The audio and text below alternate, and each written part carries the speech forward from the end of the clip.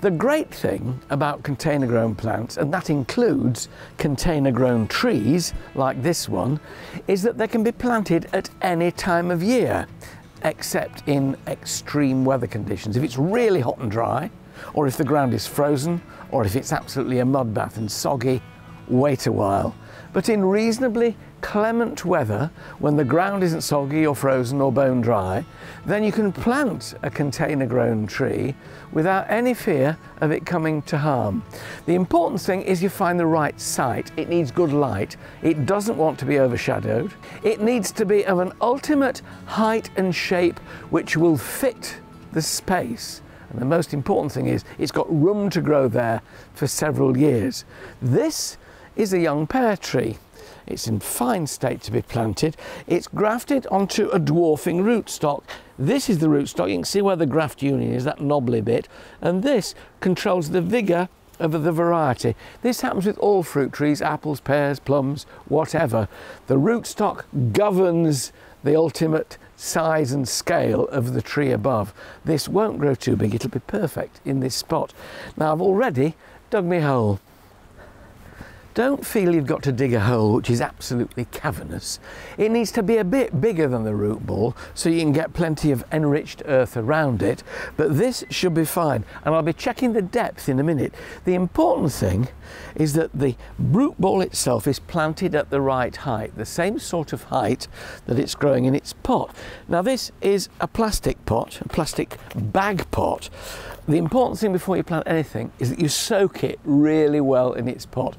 You can't really give it too much water in there, because if it's a dry root ball and you plant it in the hole, it will stay dry and then the entire plant will desiccate. So this has been really soaked. I'm going to use the knife and just run it up either side of these bag pots, unless you're really mean and you want to keep it, but I wouldn't advise that. I was an apprentice. I was made to wash these after they'd been used once. I vowed never again.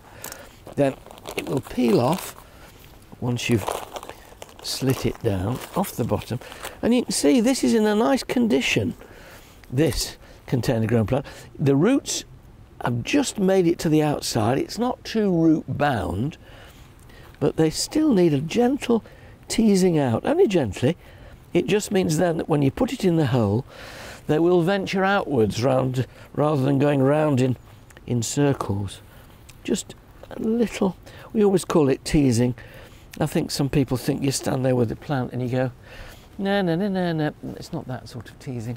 It's just this gentle teasing. That is all you need to do. I'm leaving this cane in.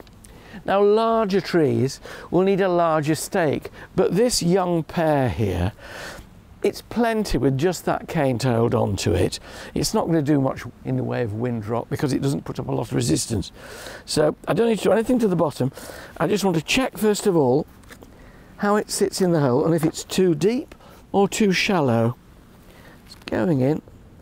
That is a little bit deep.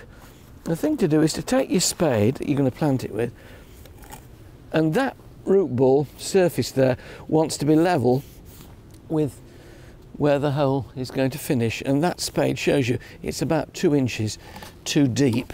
So I shall take it out. It seems as if I'm being picky. Well, I am. You know, spend as much on the hole as you do on the plant, and just take a bit of time. A little bit back in there. That should do it. And I think we'll then find, there you are, you see, it's sitting at the right level when that soil's put back. Before I plant it though, something which developed a good few years ago now, we know about the relationship between trees, shrubs and all garden plants with mycorrhizal fungi. There's this great family underneath the surface of the soil, talking to one another, communicating with one another, and mycorrhiza fungi help plants grow. This is a special mycorrhizal fungus mix for planting, and all you need to do is to sprinkle a bit of it in the bottom of the hole. Just half a handful, nowhere else. That'll do absolutely fine. And then sit this in the hole so that it comes into contact with that mycorrhiza. Now, this tree was planted in its pot on a lean, so the important thing you do is to make sure that when you're putting it in, it's perpendicular, it's straight up, And then not a huge amount of soil enrichment, because if you're on clay soil in particular and you put too much organic matter into that hole, it will act like a sump and all the water from the surrounding soil will come and sit in there and the tree will quite literally drown. So just a decent sprinkling of it on that soil which is going back. And this isn't heavy soil, so it's not going to be much of a problem at all. I could be a bit more generous, I suppose, really, because I want it to do well. We'll pull that back in. I can do it with my hand because it's a relatively small tree. Filling the hole in. And here, because I'm kneeling down, I can do it with my hand. And then when I stand up, I'll do it with my heel. All this goes back in. No air pockets, that's the important thing. Otherwise it'll dry out. And there's just enough enrichment in here to enable it to get away well without turning it into that sump which is so different from the surrounding soil. That is almost it. I'm just going to stand up and put me... You see how it's going down? Now if I didn't do that, it would sink on its own, and I'd really rather be in charge and fluff it up a bit at the end. If you leave it with all your footprints showing, the surface of the soil will have panned, it will become impermeable to the water and you'll get a puddle. And then, with my secateurs, look at what's on there. Now the lovely thing about this particular young pear tree here, there's nothing damaged.